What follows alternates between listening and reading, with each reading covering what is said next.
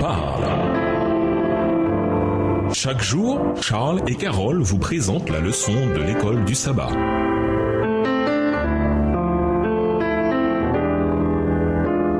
Bienvenue dans votre émission Dieu nous parle. Voilà la leçon 8, Éducation et rédemption. Étude de la semaine, Genèse 1, les versets 26 et 27, Ésaïe 11, les versets 1 à 9, 2 Timothée 3, les versets 14 à 17, 1 Roi 4, les versets 29 à 34, Jean 14, verset 17, 1 Corinthiens 2, les versets 1 à 16. Verset à mémoriser. Toute écriture est inspirée de Dieu et utile pour enseigner, pour réfuter, pour redresser, pour éduquer dans la justice. 2 Timothée 3, le verset 16. La Bible nous raconte une longue histoire sur Dieu et son peuple. Parfois, on la voit comme une histoire d'amour qui part à volo, en tout cas momentanément. Ou bien on peut la voir comme l'histoire d'un père et de ses enfants rebelles qui finissent par revenir. Mais pour les besoins de l'étude de cette semaine, nous découvrirons dans le récit biblique un autre thème, en l'occurrence celui d'un maître et de ses élèves. Ils ne cessent d'échouer à leurs épreuves, mais ils leur réexpliquent patiemment leurs leçons jusqu'à ce qu'enfin certains la retiennent. Le récit de la Bible ressemble beaucoup à nos propres histoires humaines que nous connaissons si bien, à l'exception d'un seul point. L'histoire de Dieu et de son peuple est assurée d'avoir une fin heureuse, d'atteindre son but. La grâce divine envers son peuple garantit cette issue. La responsabilité humaine dans cette relation a souvent été mal comprise et même redoutée par beaucoup qui la considéraient comme lourde à porter. Mais en réalité, le récit biblique est par essence une invitation à connaître Dieu et à comprendre sa volonté. En effet, apprendre à connaître Dieu est notre principale réaction à sa grâce. Nous ne pouvons pas mériter une telle grâce, mais nous pouvons apprendre à la connaître. Et qu'est-ce que l'éducation chrétienne, sinon fondamentalement une éducation qui nous instruit sous cette grâce? Au revoir.